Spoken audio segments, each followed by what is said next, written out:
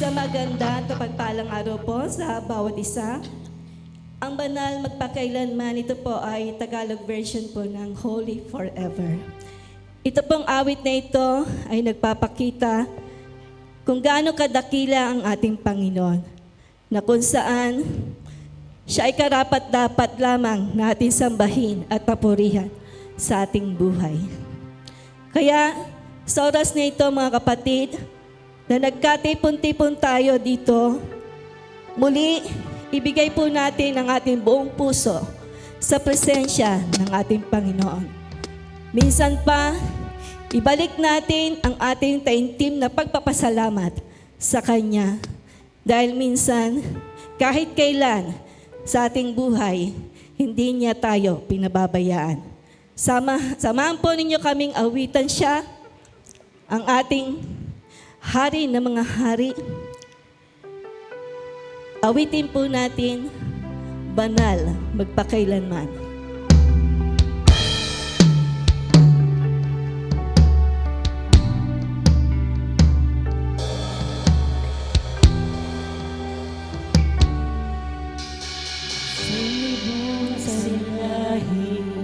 Sumasamba sa'yo, ang awit ay patuwing walang hanggan. Mahal ng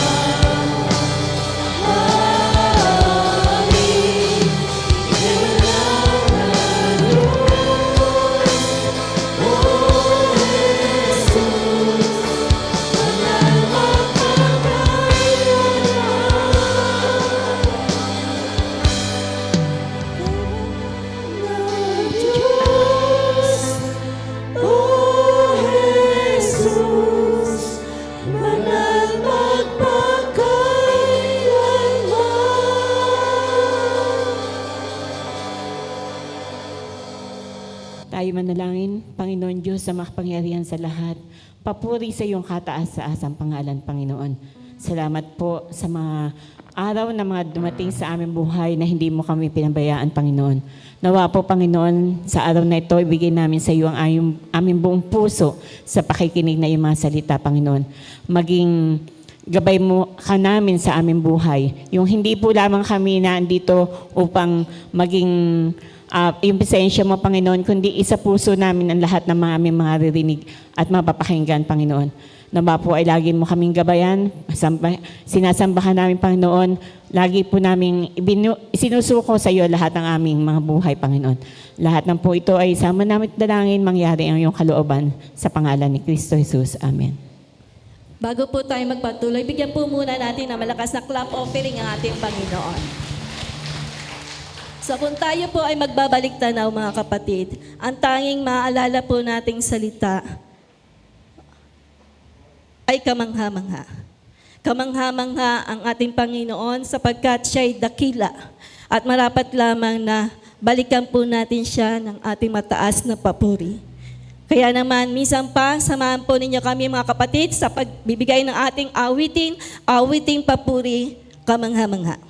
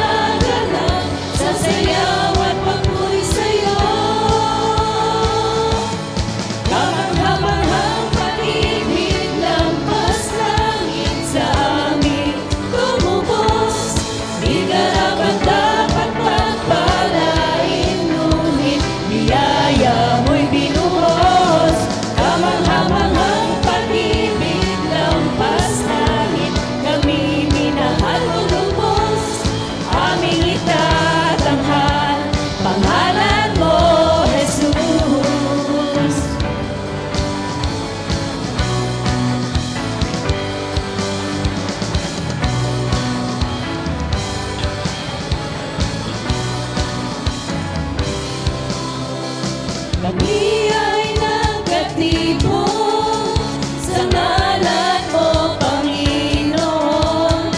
Ang lahat ay nagdiriwang, ikaw ay kapiling ngayon. Umulan ng pag-asa, kami ay nagkakaisa. Anuman ang aming katayuan, inibig mo na lubusan. Sabay-sabay nagdadalaw sa inang ng papuri ito. Sabay-sabay nagdadalaw sa sayaw at papuri sa'yo. Kamangha-manghang pag-ibig lampas langit sa amin lumubos. Di karapat-dapat pagpalain, ngunit biyaya mo'y binuhos.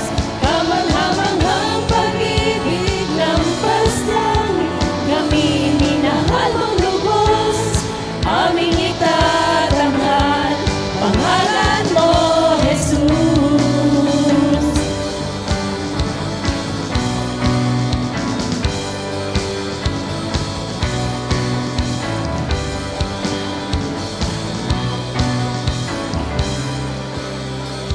Sabay-sabay nagagalak sa indak ng papuring ito. Sabay-sabay nagagalak sa sayaw at papuri sa'yo.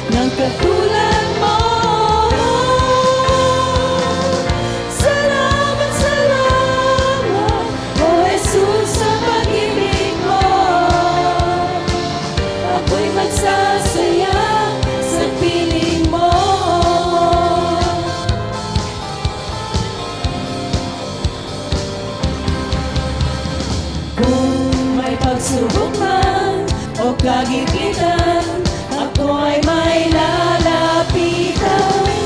Ikaw, Jesus, ang aking sandigan, hindi mo ko pababayaan.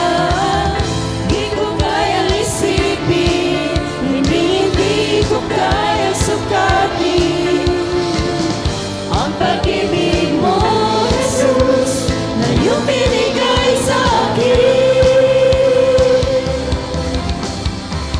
Salamat, salamat, O Jesus, sa pag-ibig mo. Walang ibang nagmahal sa akin na katulad mo. Salamat, salamat, O Jesus, sa pag-ibig mo. Ako'y magsasaya sa piling mo. Buhay ko na purihin ka, buhay ko na sa'yo'y sumama. Wala nang ibang nanaisin pa, kundi pasalamatan ka. Buhay ko na purihin ka, buhay ko na sa'yo'y sumama. Wala nang ibang nanaisin pa, kundi pasalamatan ka. Salamat, salamat, O Jesus, sa pag-ibig mo. Walang ibang nagmahal sa akin ng katulad mo. Salamat, salamat, O Jesus, sa pag-ibig mo. Ako'y magsasaya sa piling mo. Salamat, salamat, O Jesus, sa pag-ibig mo. Walang ibang nagmahal sa akin ang katulad mo. Salamat, salamat, O Jesus, sa pag-ibig mo. Ako'y magsasaya, ako'y magsasaya, ako'y magsasaya sa piling mo.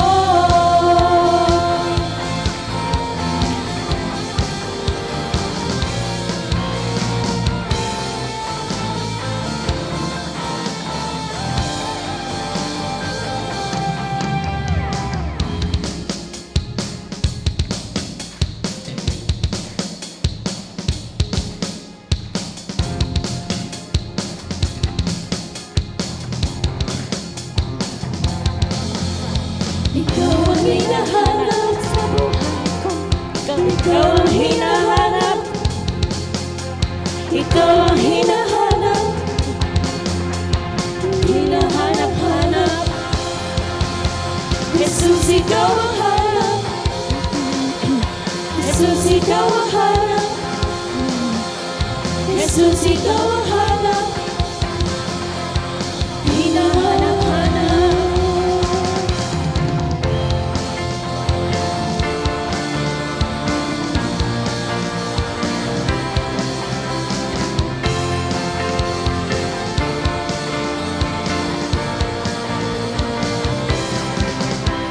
Ikaw ang hinahanap ko sa buhay kong ito. Kung wala ka ay di makontento. Tuwing sumasamba sa'yo, sagat-sagala ng kasiyang tunay na nadarama ko.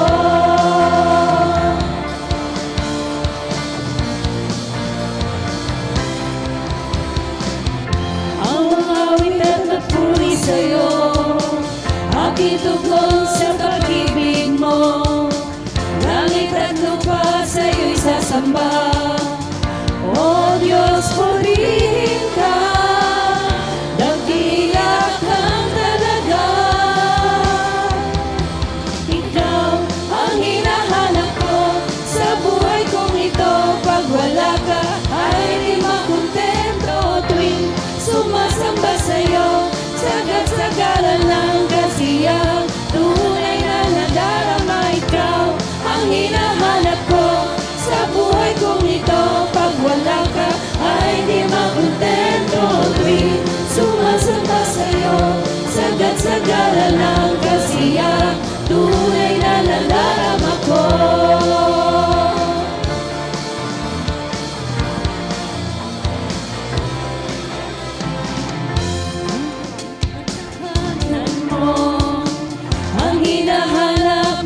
puso ko, kaligayang di kayang bilhin.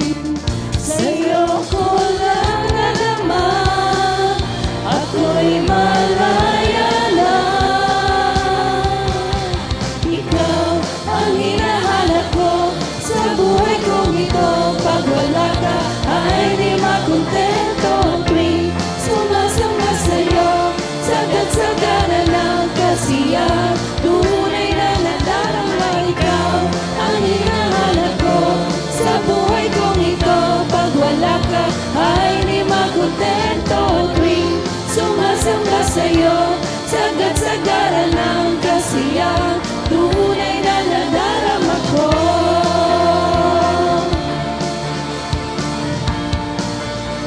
Tunay na nadarama ko.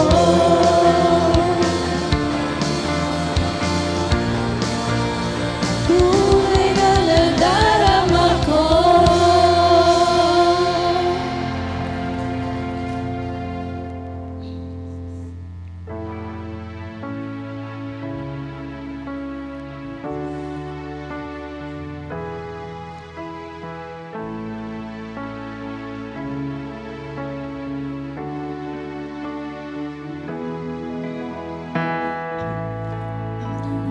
Balik sa iyong paglingap, dinadalangin ang iyong pagtanggap. Hinahanap ang iyong katwiran,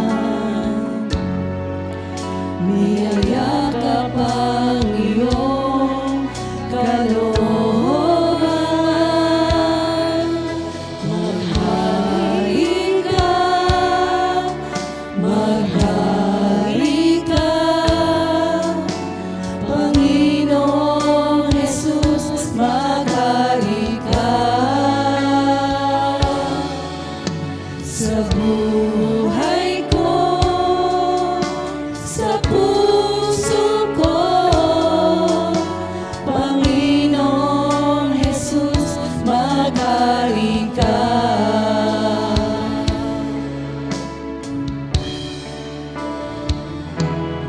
Nanunumbalik sa iyong paglingap, dinadalangin ang iyong pagtanggap. Hinahanap ang iyong katwiran, niyayakap ang iyong kalooban. Maghari ka, maghari ka,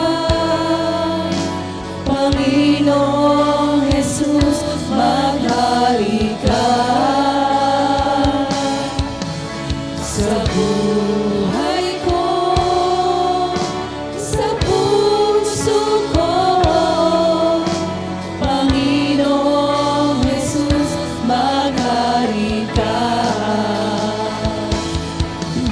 Maghari ka, maghari ka, Panginoong Jesus, maghari ka.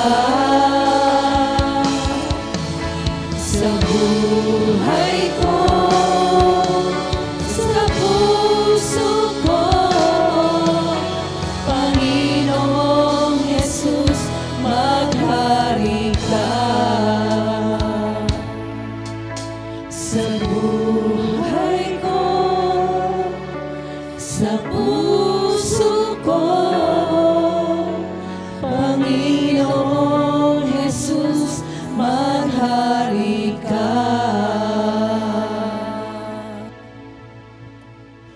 Isang magandang umaga po sa ating lahat at muli po tayong pagbulay-bulayan ng mga salita ng ating Panginoon. Sa bawat iglesia ay nagtatalaga sila ng mga matatandang mamumuno at matapos panalangin at mag-ayuno, ang mga ito'y itinagubili nila sa Panginoon na kanilang pinagtitiwalaan. Napapasyahan ng mga alagad na magpadala ng tulong sa mga kapatid na naninirahan sa Judea, ayon sa kakayanan ng bawat isa. Sabay-sabay po tayo. Ganon nga ang ginawa nila. Ipinadala nila ang kanilang tulong sa mga matatandang namumuno sa iglesia sa pamamagitan ni Bernabe at Saulo. Pagpalain tayo sa pagkarinig ng kanyang banal na salita. Tayo po'y manalangin. Kataas-taas aming Diyos, Diyos na dakila at makapangyarihan sa lahat, Panginoon. Pinupuri po namin kayo at pinasasalamatan sa umagang ito. Muli pinagtipon-tipon mo po ang iyong mga anak dito sa iyong bahay-sambahan upang magkasama-sama kami na purihin ka sa Espiritu at katotohanan. Panginoon, tunay nga po na kayo ang pinakadakila sa aming mga buhay. Marapat lamang na kayo ang aming papurihan, sambahin sa oras na ito, Panginoon, at sa habang buhay. Panginoon, dalangin po namin na nawa po sa unang bahagi pa lamang ng aming pong pananambahan ay kayo na ang aming naitaas sa pamamagitan po ng aming mga pag-aaral ng iyong banal salita, sa pag-awit ng ang mga awiting makalangit, Panginoon, nawa ang mga ito ay naging mabangong samyo sa iyong harapan, Panginoon. At Panginoon, dalangin po namin sa tungo po namin sa ikalawang bahagi ng aming po pananambahan na patuloy po na kayo po ang siyang manguna sa aming pananambahan. Dalangin po namin na ang lalaking itatayo mo sa aming harapan ay bigyan mo po ng karunungan na nagmumula sa iyo at nawa ay lahat ng kanyang sasabihin ay mamutawi lamang ang iyong mga karunungan, Panginoon. Dalangin din po namin, kami pong mga magsisipakinig, Panginoon, buksan mo po ang mga puso't isipan. Maging gabay po namin ang mga salita mo sa aming buhay at sa aming pananampalataya, Panginoon, kung paano kami lalakad dito sa sanlibutan, Panginoon. Dalangin po namin na kapayapaan ng igawad mo hanggang sa matapos po ang aming pong pananambahan na ito. Ito lang po aming samot dalangin sa pangalan ni Kristo Jesus. Amen.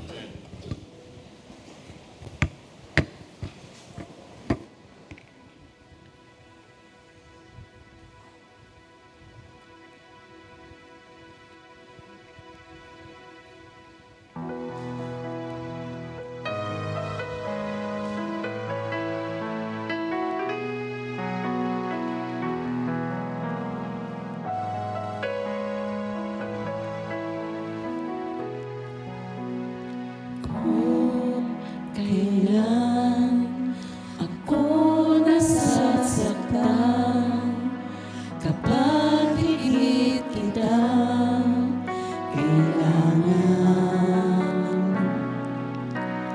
O Jesus, dumaraing sa'yo, dalangin ko sana'y dinggin mo.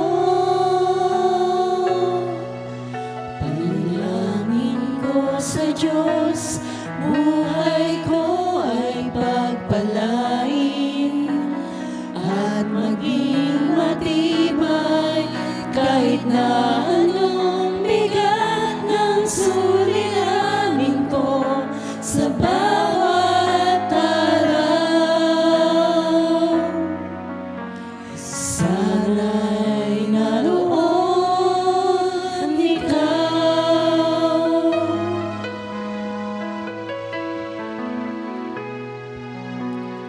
Ang lahat ng kalayawan ko, dalangin kong lahat sa'yo. Kung ito'y walang katuparan, marahil iyong panalangin ko sa Diyos, buhay ko ay pagpalain at maging matibay kahit na anong bigat ng suliranin ko sa bawat araw.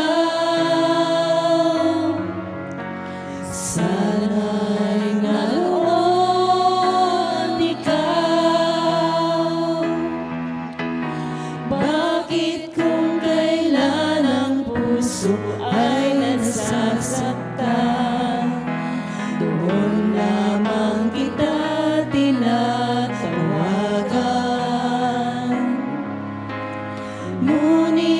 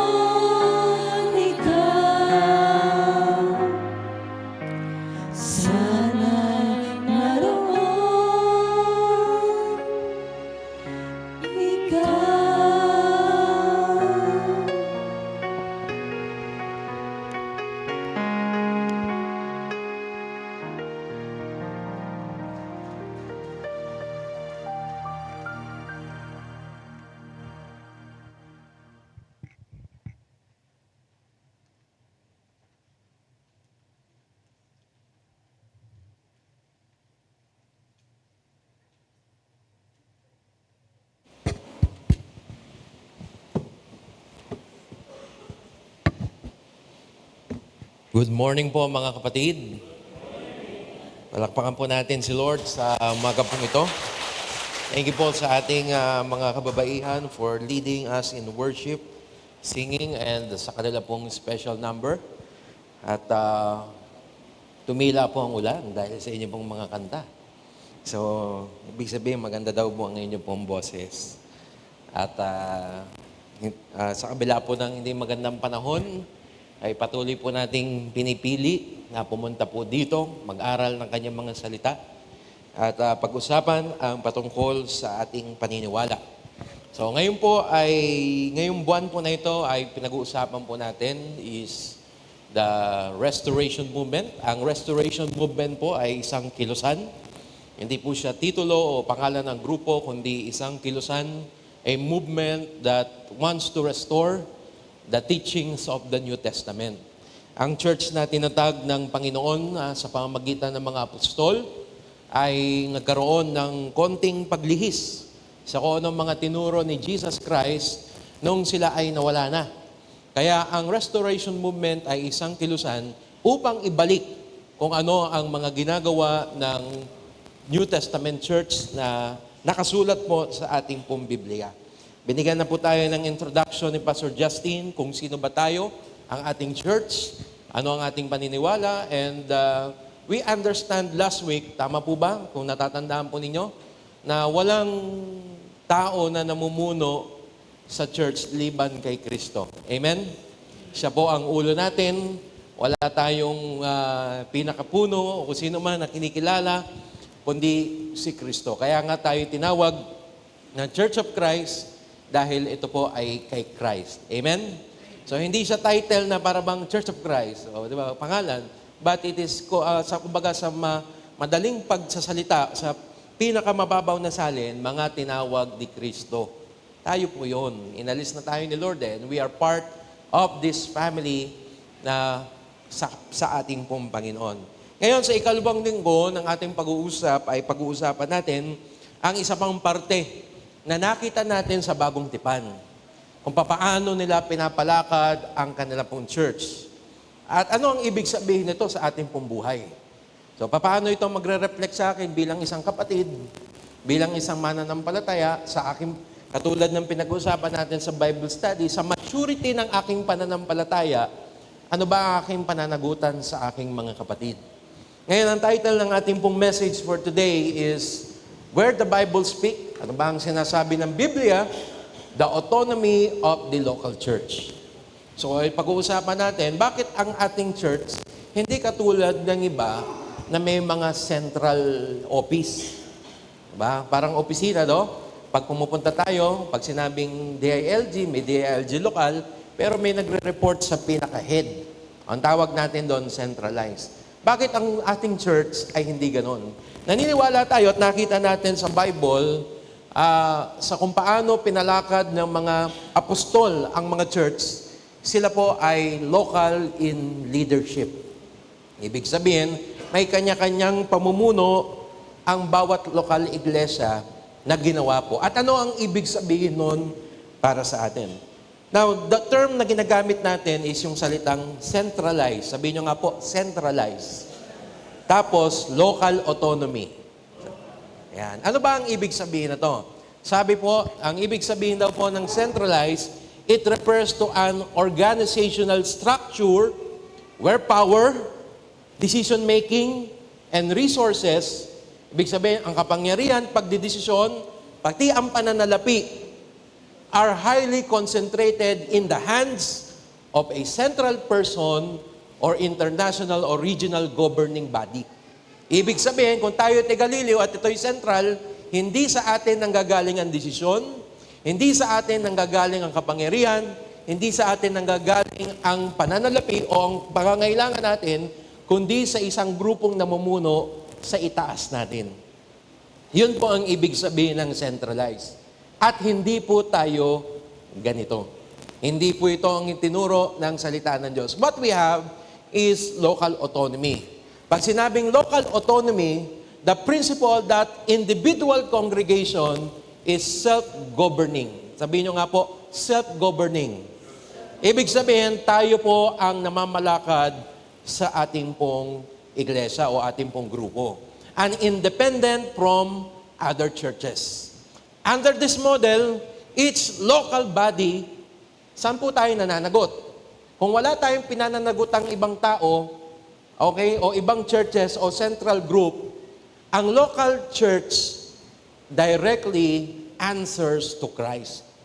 Ang pananagutan po natin, walang iba kundi sa Panginoon na siyang ulo ng iglesia. Tama po? So ang pananagutan natin, lagot kayo sa halimbawa, kung sino man ang hindi naman tayo nanggaling sa ibang, big sabihin, wala tayong mother church, di katulad ng Atimonan, ating pong itinanim. Kung halimbawa, ang Atimonan Church, ang kanilang pananagutan is directly kay Jesus Christ. Tayo po ang nagagabay sa kanila, but they will answer directly to Christ, not to us.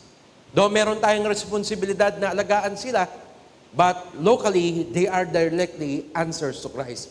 Katulad po ang iglesia dito sa Liliw. They manage their own affairs. Tayo ang nangangalaga kung ano man ang mga pagawain natin dito, ano man ang mga programa natin. We elect and appoint our own leaders. Tayo po ang pumipili ng mga leaders natin. We handle our finances. And when it comes to our members, we are the one responsible to discipline and to nurture our members. Hindi ito trabaho ng iba. Ito po ay nasa pananagutan natin bilang magkakapatiran. Amen? Yun ang ginawa ng salita ng Panginoon ng Bible. So, ibig sabihin, ang bawat iglesia na naitatagag dito po sa atin sa buong mundo, according sa salita ng Diyos, meron silang direktang pananagutan sa Panginoong Yesus. It doesn't mean, okay, local tayo, walang pwedeng sumilip sa pwede natin gawin. Kahit anong gawin, pwede natin gawin. No. Meron po tayong pananagutan. At ang ating pananagutan, wala sa tao, kundi nasa ating Diyos, sa ating Panginoong Jesus. Anong ibig sabihin nun? Kasi minsan kung titingnan natin, masyadong technical, pamamalakad, what does it mean to our life daily? Bilang isang Kristiyano, bilang sumisimba dito linggo-linggo, bilang kaanib po ng lokal iglesia ng Liliw, anong ibig sabihin nito? Isa lang po ang malaking lesson na itinuturo ng Lord sa atin. May pananagutan ng bawat isa. Lahat tayo. Once na ikaw ay naging part, you accepted the Lord Jesus, at ang sabi ng Bible, kapag tinanggap mo si Kristo, hanggang sa tubig ng bautismo, you become part of a family. May pananagutan po ang bawat isa sa atin dito. Amen? So sabihin mo sa katabi mo, may pananagutan ka. Hindi natin pwedeng sabihin, oh, kayo, elder, kayo, pastor. Sa inyo lahat yan. Dahil tayo ay local autonomy and we have direct answer to Christ, lahat ng nangyayari dito, may pananagutan tayo. So it calls us to be responsible. It calls us to do something. Alam niyo, ang kagandahan po dito, ibig sabihin, mahalaga ka dito. Kasi bawat action mo, bawat kilos mo, ay magre-reflect sa ating church as a local and part of God. May pananagutan. Ibig sabihin, kung ano man ang kinikilos ko, importante ako dito sa aming church. Dahil may pananagutan tayo sa Panginoon. Ang lokal na iglesia ay kusang loob na nakikiisa ng may pagmamahal sa ibang kapatid habang nagpapailalim sa kapangyarihan ng Panginoong Jesus. Ngayon, ito naman ay patungkol sa kapwa. Ibig sabihin ba, wala na tayong pakialam sa nagkarlan? Wala na tayong pakialam sa mayhay? Wala tayong pakialam?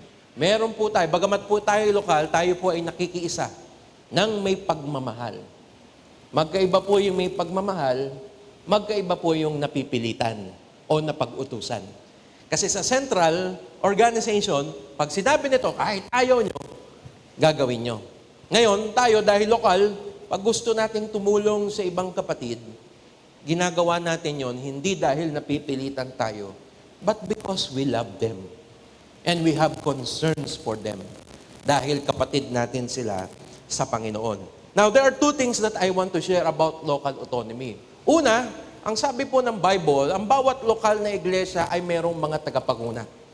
The distinct of us in the New Testament, sabi po ni Paul dito ni Luke sa Acts 14:23, bawat iglesia ay nagtalaga sila ng matatandang mamumuno. Ibig sabihin, each church na tinatayo nila, sila yung church planter, pumupunta sila, nangangaral sila, at pag-alis nila ng mga missionaries natin doon, they will appoint leaders or elders. Ang mga elder na ito, mga tinatawag po nating matured in faith, sila po ang namumuno sa pag-aalaga. They will do the job of the bishop, which is overseeing, and the work of appointment o pastor, which is caring for the flock. So sila po yun, yung mga leaders po natin. Matapos manalangin at mag-ayuno, ang mga ito ay tinatagubilin nila sa Panginoon sa kanilang pinagtitiwalaan. Nakita po natin ang idea and the example na ginawa po sa Bagong Tipan. Sa Acts, they will appoint leaders. Sa atin po, meron po tayong mga leaders na itinatalaga na nagpapatunay at pagpapakita na we are designed to be locally governed. God designed the church to be shepherded by leaders who knows personally the congregation. Sabi ko, bakit kaya lokal? Bakit hindi pa pwedeng manggaling sa iba ang leader? Ito ang nakita natin. Kasi kapag dito nanggaling ang leader, hindi ba kilala natin ang isa't isa? Kung kilala natin ang isa't isa, ibig sabihin, alam natin kung paano natin aalagaan ang bawat isa dahil magkakakilala tayo.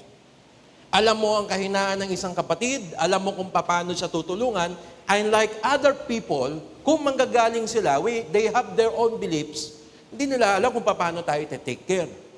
So, this promotes personal love and care for the people of God. Dahil local autonomy tayo, kailangan tayo po ang unang magmamahal sa ating mga kapatid. Amen? Kaya siya tinawag na pananagutan. Yang katabi po ninyo, tingnan po ninyo yung mga katabi ninyo. Dapat personally, mahal mo siya. Kasi walang ibang mag-iingat sa kanya. Hindi mo pa pwedeng sabihin, iingatan siya ng mga tiga-ibang lokal, ng tiga Rizal, tiga Maynila. Tayo ang magkakapatid dito. Walang ibang mag-aalaga sa kanya, kundi tayo na magkakasama. And our leaders are here. Ibig sabihin, tayo ang nakakilala sa isa't isa. We are the ones who will take care of them. Ang ating mga elders, kami po mga pastors, even our auxiliary leaders. Kaya sila ang inilagay dyan ng Panginoon. Kasi personally, kilala natin ang mga yan. Kilala natin ang ating mga hinahandle and we can personally love and care for them. So anong panawagan? Maganda din ito na panawagan sa atin that para sa lahat, nais ng Panginoon, because we are local autonomy, dapat dito manggagaling ang ating mga leaders. We should develop our young people who will become our next leaders. Hindi natin pwedeng ipagkatiwala. Siyempre, may edad tayo. Kanino natin pagkakatiwala ang church? Ang pamumuno ng church, tiga-iba? Sa ibang bayan na hindi naman tayo kilala? Hindi ba't mas maganda na dito po sa atin manggagaling ang ating mga tagapanguna? At yun ang disenyo ng Panginoon. It encourage us, mga kababaihan, mga kalalakihan, mga seniors, patuloy tayong mag-train ng mga leaders natin. At kung ikaw matagal ka ng mananampalataya, katulad ng lesson sa Sunday School, nagmamature na tayo. Baka ito ay pagkakataon panawagan sa atin. We need to step up into leadership. Baka tinatawag na tayo ng Panginoon kasi may pananagutan tayo sa Diyos, magtayo tayo o maging leader tayo ng ating church. Pangalawang panawagan, dahil nasa atin ang pamumuno locally, may pananagutan ang bawat isa sa pangangalaga. Sabihin nyo nga po, pangangalaga. At pagpapalago ng iglesia. It is all our responsibility. Though we have leaders, sabi nga, mas malaki ang pananagutan ng mga leaders, kami, na tumatayo sa inyong harapan sa Panginoon, but that doesn't mean walang pananagutan ang miyembro. Because we are all answering to Christ. Ngayon, kung ang iyong katabi nakikita mo nangihina, ngayon ang iyong katabi hindi mo nakikitang sumisimba, it is our duty and responsibility para tawagin sila. Kung sasabihin, hindi dinalaw ni Pastor. Nakalimutan. Alam po ang membro natin dito, nasa 400 to 500 tayo. Pero kung ikaw na nakakita na may pangangailangan ng ating church, pananagutan din tayo. Na paalalahanan, tulungan, at maging halimbawa sa ating mga kapatid. Because we are local as a church. Amen?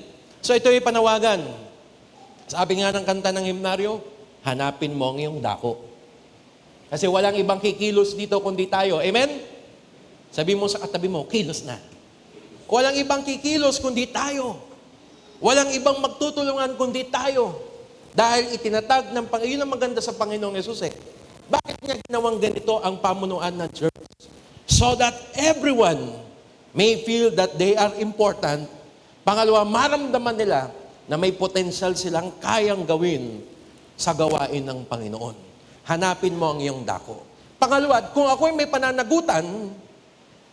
pananagutan sa Panginoon bilang membro ng lokal ng church, kailangan ko mag-mature. I have to grow. I have to step up. Ang tagal ko ng Christian, pero wala pa rin akong ginagawa para sa Panginoon. So it means, kailangan kong mag-step up, kailangan akong maging malalim sa Diyos so that I can be useful of my life, talents para sa Panginoon. Amen? Kasi meron akong pananagutan eh. Parte ako ng katawan. Kumbaga, itong katawan na ito ng Panginoon, kailangan lahat may kumikilos. Kailangan lahat may ginagawa. Para maging productive ang isang tao, kailangan all parts of the body are functioning sapagkat kapag merong isang parte ng hindi na nag-function, hirap tayo. Hirap tayo. Diba? Kaya nga natin inaalagaan ang health natin kasi kapag ang physical body, merong isang parte na hindi na nag-function, problema yan. The same thing with our local body. Kung lahat ay nagpa-function, the Great Commission, hindi magiging problema. Pero kung ako ay hindi magpupumilit na mag-matured, it will be a problem for the church. Kaya nga, be matured at huwag maging sagabal. Merong mga ganun eh, nangyayari po sa mga ibang kapatid natin, imbis na makatulong ka, baka ikaw pa ang maging dahilan kung hindi sila papatuloy. Local autonomy po ang church. Walang ibang inaasahan ng Panginoon, walang ibang inilagay ang Panginoon, kundi ang bawat isa para tulungan tayong lumago. Amen? Parang walis lang yan, di ba? Walis tingting. Pag 2 pirasong walis tingting lang ang gagamitin ninyo, wala ho kayong masisimot. Pero kung tayo kumpul-kumpul and united as one, marami tayong malilinis. Marami tayong maabot para sa Panginoon. So, another calling, maging relational tayo sa mga kapatid. Because we are local autonomy, God called us to be relational. May personal ka bang relasyon sa mga kapatid mo? Tingnan nyo nga yung nasa likod nyo. Baka yan ay nakakasalubong nyo na sa palengke. Eh, hindi pa rin ninyo pinapansin. Dito lang kayo nagtatanguan na nagtatanguan. Dahil tayo local, according to the Word of God, we have to care and love for our brothers and sisters. Makipagkilala ka. Makipag-fellowship ka sa mga kapatid mo. Baka yun ay nakikita mo kung saan-saan, eh dapat tayo po ay iisa sa Panginoon. Amen? So panawagan sa atin to be personal sa ating mga kapatid, sa mga leaders natin. Not only to us, sa mga deacons, deaconesses, sa mga auxiliary leaders, ang pangunguna po natin, tayo po, kasama po kami, ay hindi lamang sa paggawa ng mga programa. We are not just called to handle or facilitate activities. Tinawag po tayo para magbigay ng halaga sa bawat tao. Outside the program, outside the fellowship, malaki pa rin po ang responsibilities natin na magbigay halaga sa mga tao sapagkat we are locally governed by our own leaders. Amen po? Pangalawa, hindi isolated ang local church autonomy. Siguro iniisip ng iba, dahil local church autonomy kami, wala na kami pakialam sa inyo. Diba? Hindi po ganoon. ang ibig sabihin nito, ano ba ang halimbawang nakita natin sa Bagong Tipan? Locally church po ang mga New Testament church na nakita natin sa Acts at maging sa mga sulat ni Apostol Pablo. Pero ito po ang kanilang ginagawa. Kapag may pangangailangan ang ibang mga kapatid, hindi po sila nagdadalawang isip na tumulong. According sa Acts 11:29, binasa sa ating kanina, napagpasayahan ng mga alagad na magpadala ng tulong sa mga kapatid na naninirahan sa Judea, ayon sa kakayanan ng bawat isa. So according sa pagtulong, meron po tayong responsibility din bilang kapatid to help. Pero ang kagandahan po dito, hindi na nabipilitan. Actually, yung verse natin sa giving, it's about helping other churches. Yung pong masaya, God loves a cheerful giver. It's a call of the Apostle Paul na tumulong sa ibang kapatid na nangangailangan. Yun po ang pinaka-konteksto nito. So, ibig sabihin, ang iglesia sa Bagong Tipan ay tumutulong sa ibang lokal. At anong purpose? So that the mission of Christ, ang gawain ng Panginoon, ay magpatuloy. Hindi din naman natin pinababayaan ng ating mga kapatid. But of course, ito na, ang sabi nga dito, hindi na siya tumutulong dahil nautusan ng sentro, wala naman tayong sentro, but because out of love. Tumutulong sila sa pangangailangan sa abot ng kanilang makakaya. Pag sinabing abot ng kanilang makakaya, at our own capacity, hindi natin kinakailangang saluhin ang lahat. But we can help other churches abot sa ating makakaya. Kaya mapapansin po ninyo, pagdating sa mga charity works natin, kapag mga kapatid sa pananampalataya sa lokal ng Liliw ang ating tinutulungan, we give our best. Pero pagdating sa iba, kung ano lang yung ating makakaya talaga. Because primarily, our duties, our care is for our own flock. Pero hindi naman natin kinakalimutan ang ating mga kapatid. Ano po? So, tumutulong din po tayo sa kanila. So, ito ay pagpapakita ng tunay na pagkakapatiran. Tumutulong dahil sa pagmamahal, hindi dahil nautusan. Kasi sa centralized government, kapag ang lokal ay inatasan, o tumulong kayo dito, magpadala kayo dito, no choice ka. Kahit hindi mo gusto, magbibigay ka. Pero ang kagandahan sa ibinigay sa atin ng Panginoon, bukas loob na pagbibigay sa sukat ng iyong paniniwala at pananampalataya sa Panginoon. Because, anong sabi ng Word of God? God loves a cheerful giver. Ayaw ni Lord na nagbibigay ka o tumutulong na napipilitan. Gusto ni Lord, nagbibigay ka kasi mahal mo siya at mahal mo ang iyong kapatid. Amen? Dumadalo tayo. Ang tunay na pagkakapatiran, ang kanilang pagtitipon, fellowship, ay nagdudulot ng pagpapalakas. Isipin po ninyo, ano mga fellowship natin? Lahat ng auxiliary natin, meron tayong cluster, meron tayong provincial, at meron tayong national. We are governing locally. Tapos nagagawa natin ng malalaking gawain. Ano pong nararamdaman natin? Isipin nyo, nagtutulong-tulong tayo. Nagpapakita tayo ng pagkakapatiran. Hindi dahil inutusan, bukas loob na pagtulong natin sa mga para-church organization natin. Nakikita natin, ang kababaihan, nakikita ko, tumutulong yan po sila. Nung araw, nung ako po'y nag-aaral pa sa Bible School, ang National Kababaihan, meron silang scholar sa MBS tsaka sa ICCN. So, hindi nila ako naging scholar kasi scholar po ako ng Liliw. So, naibigay yung tulong sa iba. Ano po? So, ibig sabihin, nagpapalakas.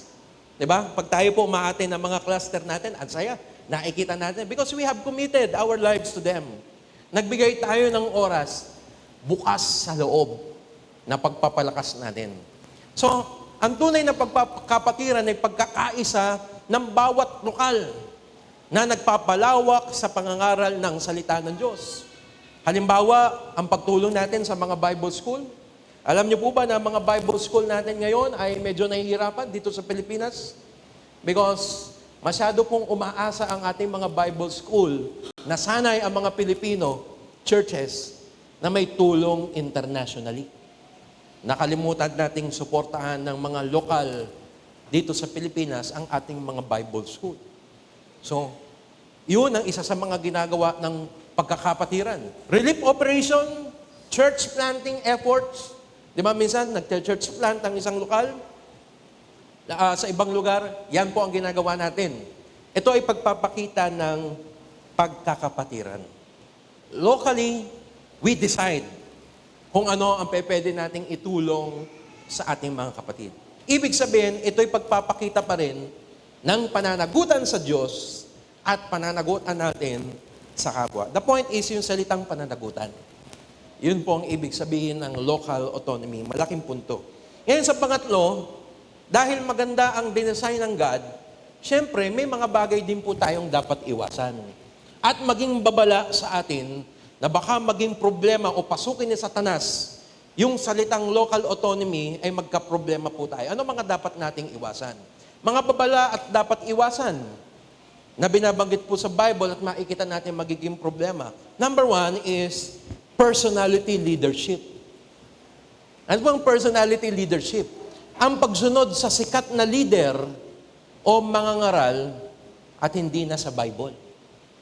Ang isa sa nagiging nangyayari po sa mga local church autonomy, may sumisibol na magagaling na leader at may sumisibol na magaling na pastor o tagapang-aral. Minsan, ang tukso ay ganito.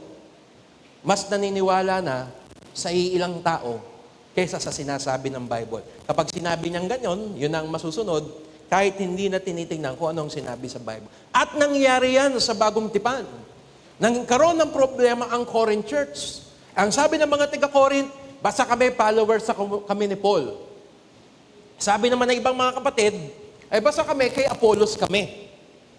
Nagkaroon sila ng favorite na tagapangaral o leader.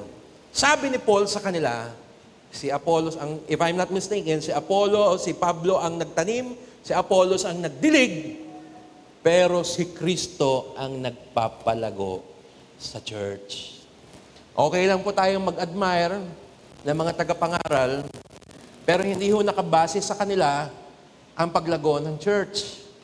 Ito po ay nasa pangunguna ng bawat isa po sa atin. Amen?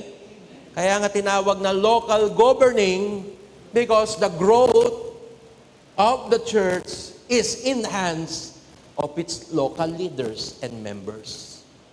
Kaya huwag niyo po minsan kasi nagkakaroon tayong ganito.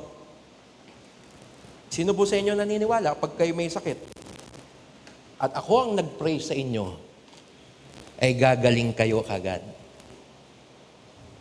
At kapag ang isang diakono o ang isang diakonesa lang ang nanalangin sa inyo, hindi kayo gagaling. Pag ako nilay hands ni Pastor John o ni Pastor Justin, gagaling kagad ako.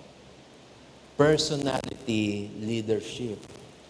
Akala natin, nasa isang tao ang kapangyarihan na siya lang ang may mas malakas na power ng Holy Spirit. No, wala pong ganon.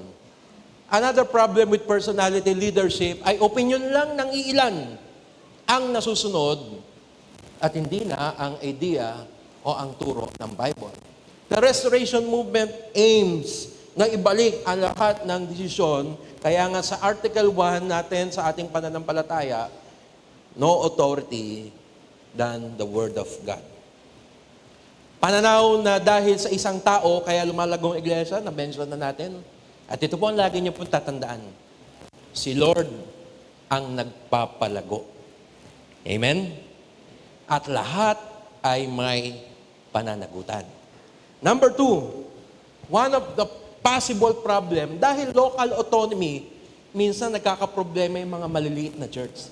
Dito sa atin sa Liliw, medyo hindi natin nagiging problema yung external conflict kasi matatag ang ating leadership. But it could be problem for others na nagsisimula pa rin. So ano ba yung external control?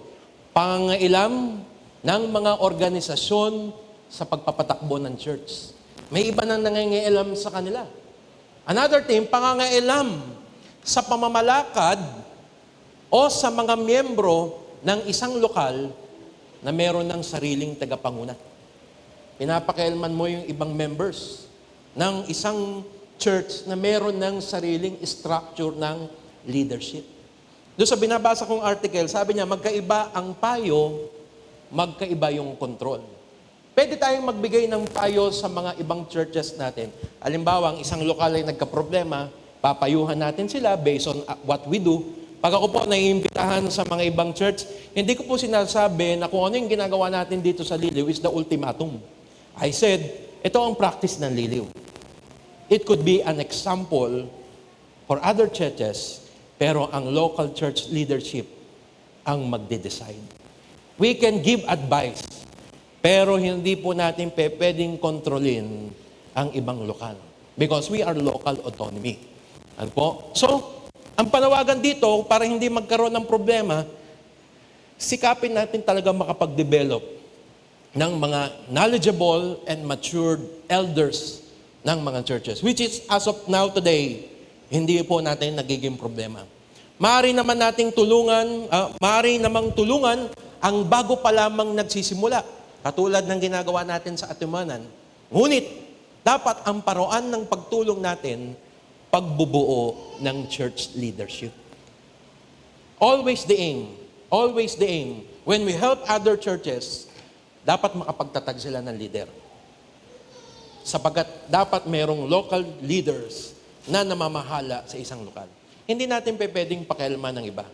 Kaya po, di ba, minsan kapag may mga nagiging bisita po tayo dito sa church, we accept them as a brother and sisters in Christ, but they are visitors locally. Unless they decided na lumipat na locally dito dahil dito na sila nakatira, at hindi po yun basta-basta nating ginagawa. Nagpapaalam tayo sa ating mga local leaders sa ibang lokal dahil meron silang pamunuan doon.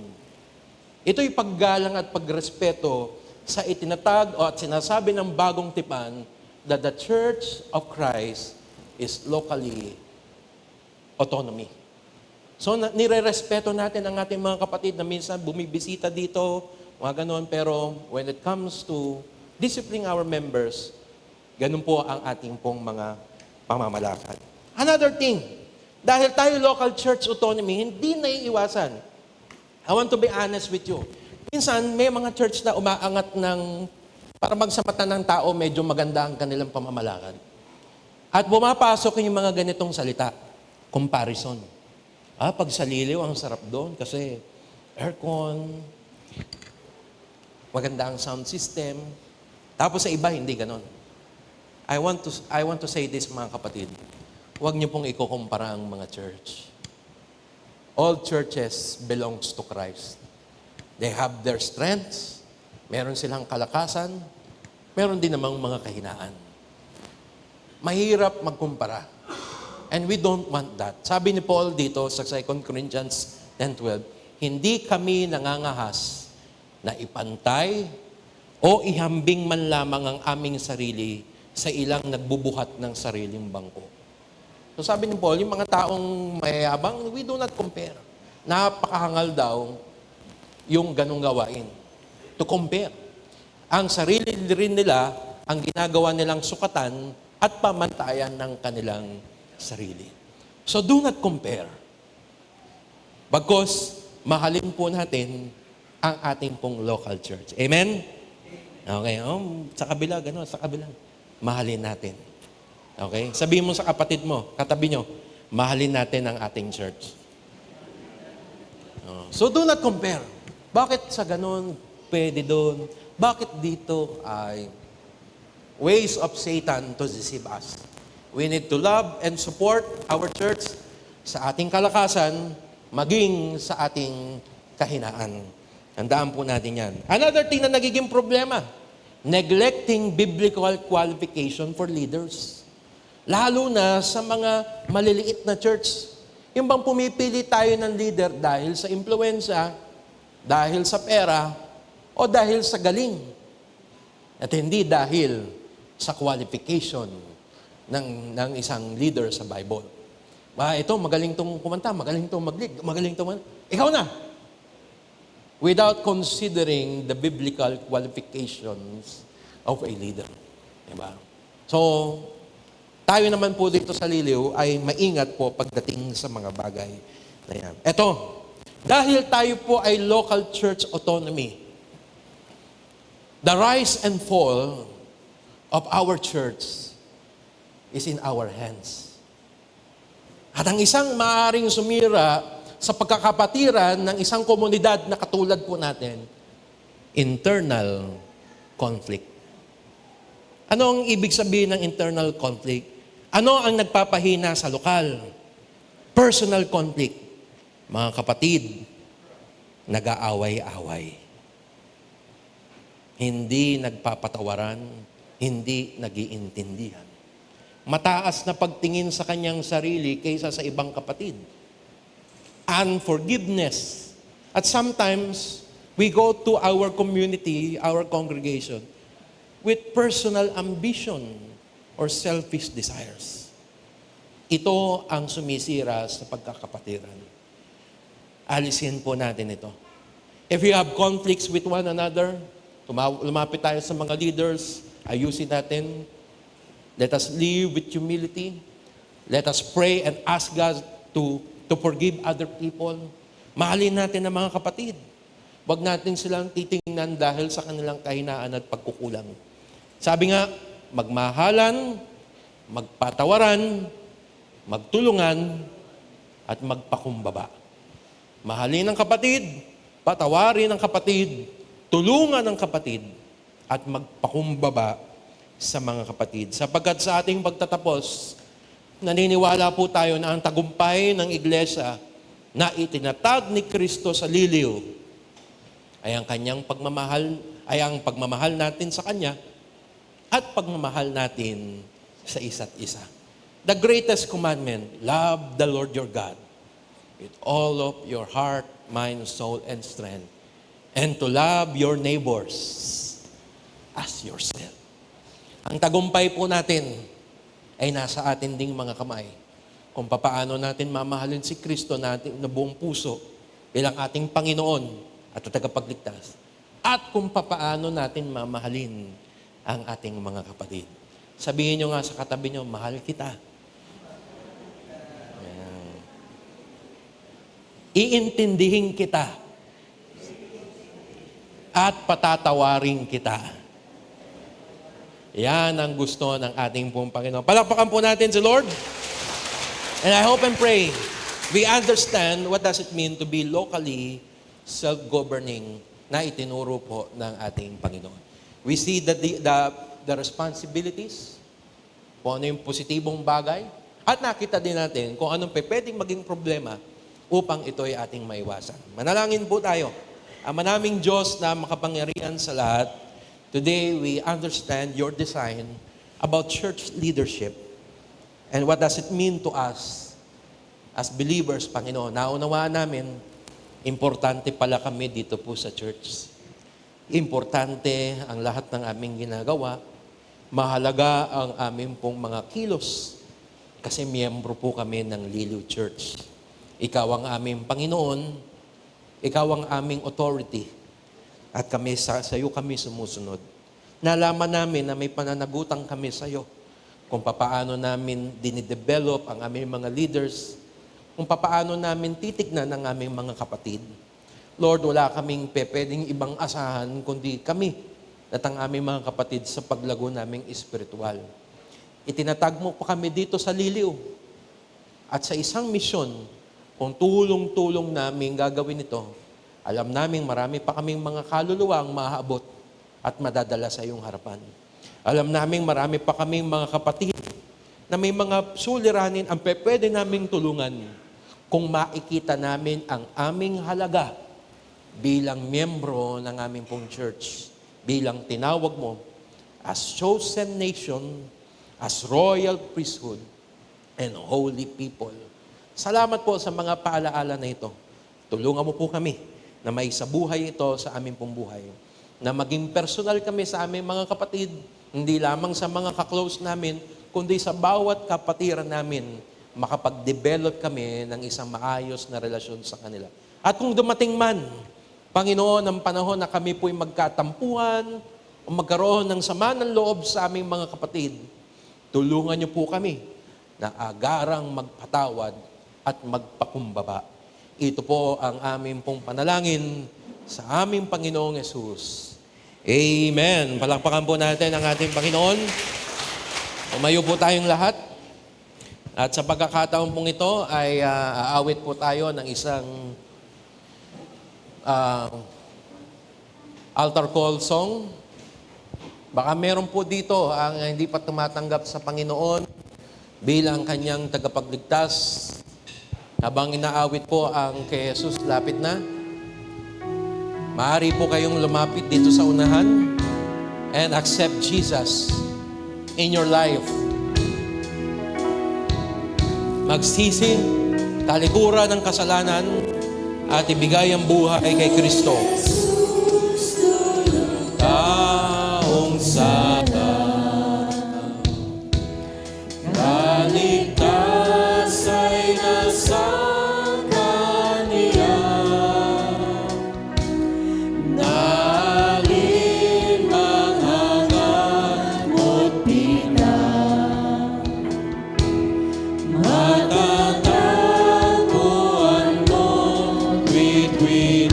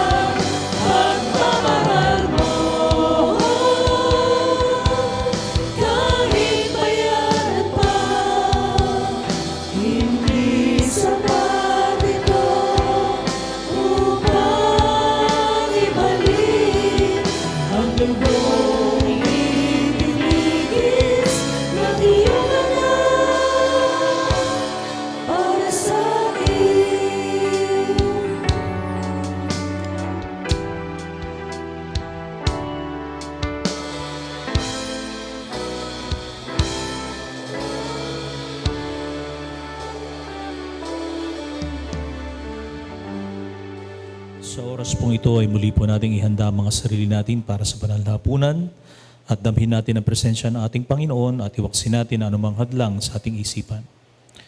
At nang dumating na ang oras at naupo siya at ang mga apostol ay kasalo niya, at sinabi niya sa kanila, pinakahangad kong kanin na kasalo ninyo ang kordero ng Paskwang ito bago ako maghirap. Sapagkat sinasabi ko sa inyo, ito'y hindi ko kakanin hanggang sa ito'y maganap sa karya ng Diyos. At siya'y tumanggap ng isang saro at nang siya'y makapagpasalamat at sinabi niya, kunin niyo ito at inyong pagbahabahaginin. Sapagkat sinasabi ko sa inyo, ay hindi na ako iinom mula ngayon ng bunga ng ubas hanggang sa dumating ang kaharian ng Diyos. At siya'y dumampot ng tinapay at nang siya'y makapagpasalamat ay kanyang pinagputputol at ibinigay sa kanila at sinasabi, ito'y aking katawan ay binibigay dahil sa inyo, gawin ninyo ito bilang pag-aalala sa akin. Gayon din naman ang saro pagkatapos na makahapon ng sinasabi, ang sarong ito ay ang bagong tipan ng aking dugo na nabubuhos ng dahil sa inyo. Datapwat narito ang kamay na nagkanulo sa akin at kasalo ko sa dulang, sapagkat ang anak ng tao nga ay yayaon ayon sa itinakda, datatpwat aba sa niyaong taong nagkanulo sa kaniya.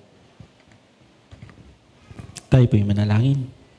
Ama naming Diyos, Diyos na dakila at makapangyarihan sa lahat, Panginoon, marami pong salamat sa pagkakataon na narito po ang iyong mga anak sa iyong bahay-sambahan na nagpupuri at nagpapasalamat sa iyo, Panginoon. Panginoon, dinalangin po namin na maraming po salamat sa mga salita, mga mensahe na aming narinig kanina, Panginoon. Dalangin po namin na nawa ay patuloy na pumasok po ito sa mga puso at isipan. Sa pagdako po, Panginoon namin, sa pag-aalaala ng malapunan, dalangin po namin na kayo po ang siyang humipo sa aming mga puso at isipan, Panginoon. Kung kami po ay natagpuan mo na may mga kasalanan, mga pagkukulang, Panginoon, nawa ay patawarin mo po kami, pakalinisin kami, pagindapatin mo ang mga puso at isipan, Panginoon, sa pagtanggap ng mga alaalang ito. Panginoon, marami pong salamat sa mga alaalang ito, sa tinapay na kalarawan ng katawan ni Kristo na nabayubay doon sa krus. Gayon din ang saro na kalarawan ng dugo na tumigi sa ikapagpapatawad ng aming kasalanan sa bagong tipan na aming tatanggapin na pakikipagkaisa sa pamamagitan ng pagligtas sa amin, Panginoon, ni Jesus mula sa mga kasalanan. Panginoon, dalangin po namin na patuloy po pagpalain ng bawat isa na magsisitanggap ng mga alaalang ito. Patuloy namin panghawakan, Panginoon, ang buhay na pag-asa na nagmumula kay Kristo. Lumakad kami ng naaayon sa kalooban mo, Panginoon, at patuloy kami na tumalima at sumampalataya sa iyo. Panginoon, nawa ang iyong kalooban na mangyari hindi sa amin. Ito ang lapo aming samot dalangin na may buong pagtitiwala sa pangalan ni Kristo Jesus. Amen.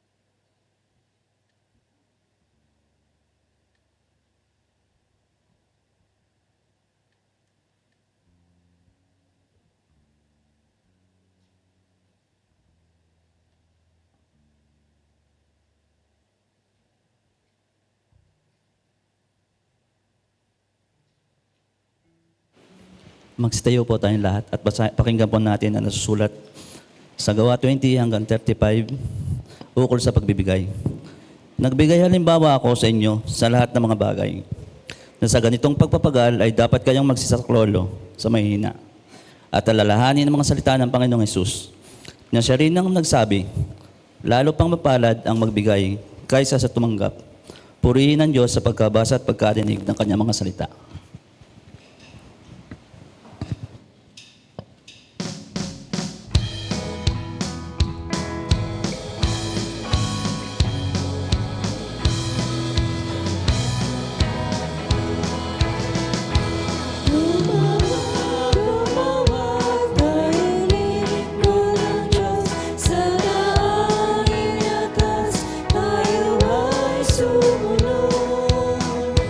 Baguhin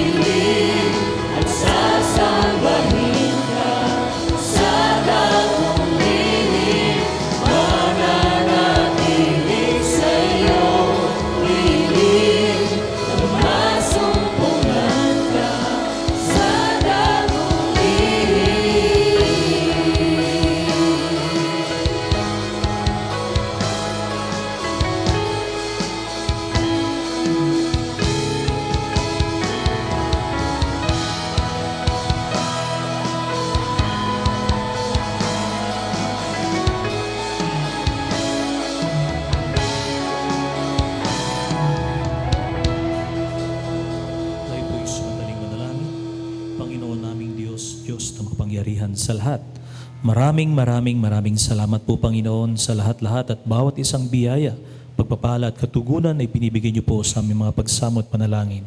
Salamat po sa pananambahang ito na binigyan niyo kami ng pagkakataon na muli naming masilayan ang buhay, ang kalakasan at kalusugan, sapagkat alam namin, Panginoon, ito'y aming taus-pusong pasasalamat lamang at pagtanaw ng utang na loob sa inyo, sa inyong kabutihan sa bawat isa sa amin. Salamat, Panginoon, sa mensahe ng pabibigay niyo po sa amin, ng paalala na ang bawat isa sa amin ay kinakailangan lumago sa pananalig at sa pananampalataya sa inyo. Kinakailangan kaming magbunga at magpakatatag, magpakalakas, at maging pagpapala at inspirasyon din sa buhay ng iba. Dalangin namin aming Amang Diyos sa oras pong ito, patuloy niyo nga pong ibigay sa amin ang pagkakataong makamtan ang lahat ng mga biyaya, lahat ng pangangailangan namin. Kami, Panginoon, ay humihiling sa inyong banal na paanan ngayon. Tulungan niyo kaming makapamuhay na may pag-ibig at hindi makasakit at makasama sa iba. Tulungan niyo kami magkaroon ng higit na mas matibay at matatag na pananampalataya na siya naming karampatang pagsamba sa inyo. Tulungan niyo kami, Panginoon, na patuloy na kumapit sa isang buhay na pag-asa na tanging sa inyo lamang ang katugunan sa lahat ng aming mga pangangailangan. Muli po, Panginoon, sa pagtatapos ng aming pananambahang ito, pinagpapasalamat namin ang mensahe ng inyong mga tagapanguna at tagapangaral. Dalangin namin, Panginoon, na hipuin niyo po muli ang aming mga puso at damhin namin, Panginoon, na kinakailangan kaming mabuhay na mabuti at marangal at kaaya-aya sa inyo sa araw-araw ng bagong sanlinggo. Pagpalain niyo po ang aming mga kabuhayan, aming mga paghahanap buhay, at lalo tigit sa lahat, ang aming mga kalusugan at mga katawan. Sa napakarami, Panginoon, ang may mga karamdaman po sa oras na ito, hipuin niyo po kami na inyong mapagpalang kamay at damhin namin ang kagalingan sa mga darating na panahon. Sa mga bagay pa at mga dinadala po namin sa napakarami ng may mga pagsubok na mga pinagdaraanan sa oras na ito, pagpalain niyo po ang bawat isa sa amin, pagpalain niyo po ang aming mga pamilya na nagmamahal at sumusuporta sa aming lahat. At loobin niyo, Panginoon, na tibayan namin ang aming loob, tibayan namin ang aming pananampalataya, sapagkat kung kami, Panginoon, na hindi magpapabaya sa pananalig, pagdilingkod at pananampalataya sa inyo, Panginoon, ng walang kondisyon, kailanman ay hindi niyo rin kami pababayaan. Kaya muli po, dinadalangin namin ang bawat isa dito, ang bawat isang pamilya, ang aming bayan, ang aming bansa, ang buong sangdaigdigan. Muli niyo nga po kaming ilayo sa kapahamakan, sa mga sakuna, sa mga bigat na pagsubok. At alam namin, Panginoon, ang mga bagay nito ay aming makakayanan at mapapagtagumpayan kung kayo ang siyang mangunguna at pananalig sa bawat sa amin. Sa aming pag-uwi, muli niyo kaming samahan sa isang bagong sanlinggo. Pagpalain niyo po ang aming kabuhayan at tulungan niyo kaming matagunan ang lahat po ng aming mga pangangailangan sa araw-araw. Muli po, Panginoon, ito na lang po muna ang aming samot dalangin sa matamis na pangalan ni Kristo Jesus. Amen. Tanggapin po natin ang pagpapala. Sa Diyos na makagagawa ng higit kaysa lahat naman ng nating hinihiling o isipin, sa pamamagitan ng kanyang kapangyarihang nagahari sa atin, sumakanya ang kapurihan sa pamamagitan ng Iglesia at ni Kristo Jesus, magpakailanman. Amen.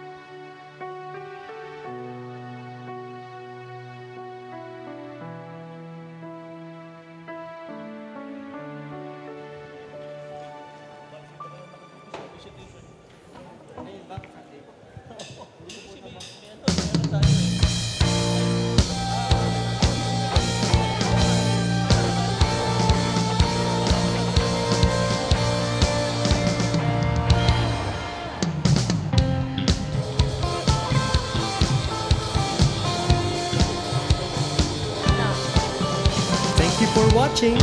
We are glad that you were with us in worshiping God. Please continue to share the word and live out the word. For more updates and daily inspirational messages, please follow all of our social media accounts. We are on Facebook, Twitter, Instagram, and YouTube. Everything is at Liliw Church of Christ, 1904. Thank you and God bless.